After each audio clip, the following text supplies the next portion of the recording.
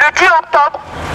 2015, la capitale de la Turquie, Ankara, a vécu l'attentat le plus meurtrier de son histoire. Lors de la manifestation pour la paix, qui a réuni des milliers de personnes venues de différents pays, de différentes villes de la Turquie, à l'appel des syndicats et des chambres des métiers, les explosions ont provoqué la mort de 98 personnes, selon les chiffres officiers, et des centaines de blessés, dont 58 sont encore aujourd'hui dans un état critique. Cependant, les associations des droits de l'homme et l'Union des médecins affirment que le nombre de victimes est plus important. Nous réagissons avec inquiétude et préoccupation concernant la politique du gouvernement turc, qui multiplie les attentats contre les droits de l'homme, la démocratie et les libertés, qui veut étouffer les revendications et les droits démocratiques du peuple kurde, qui identifie les provocations de guerre en Irak et en Syrie, haine contre les peuples, et qui soutient ouvertement les terroristes de l'État turc. Le gouvernement assassin du AKP et le président Erdogan veulent à tout prix étouffer les revendications de paix, de démocratie et de liberté en Turquie et souhaitent à tout prix maintenir un climat de chaos dans le pays dont le seul intérêt d'apparaître comme le garant de la stabilité dans la région et de se maintenir au pouvoir. Comme ce fut le cas pour l'attentat de Suruç, où 33 jeunes militants ont été assassinés par une explosion.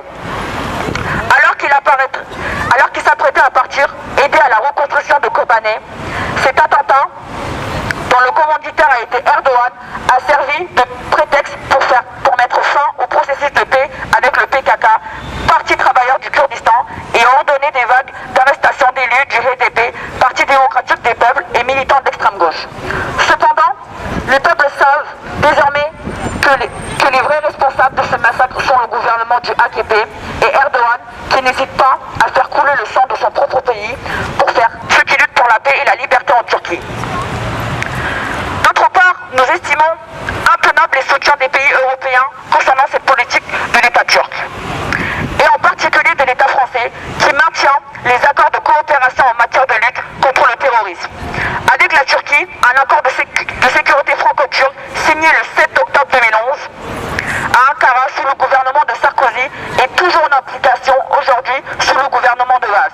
Résultat, la France a mené plusieurs actions policières et judiciaires contre le PKK sur son territoire.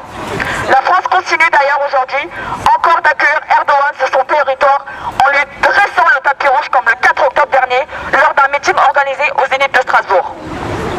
Malgré les volontés de réprimer par le sang les revendications de paix, de démocratie et de liberté pour faire taire les peuples, aujourd'hui, ces revendications sont beaucoup plus importantes dans les quatre coins de la Turquie et sont devenues aussi primordiales que les revendications de travail et de pain. Notre peine et notre compassion pour les familles, les amis de ces militants progressistes, jeunes, femmes et enfants tués sont innocents. Mais il s'agit désormais de faire grandir les revendications de paix et de liberté, de soutenir les peuples pour assurer la démocratie en Turquie. Nous appelons l'ensemble de la population française à être attentifs à la situation en Turquie et à exprimer leur solidarité avec les peuples de Turquie. Et nous exigeons du gouvernement français l'arrêt immédiat de toutes les collaborations avec Erdogan et son régime. Vive la solidarité internationale des peuples, non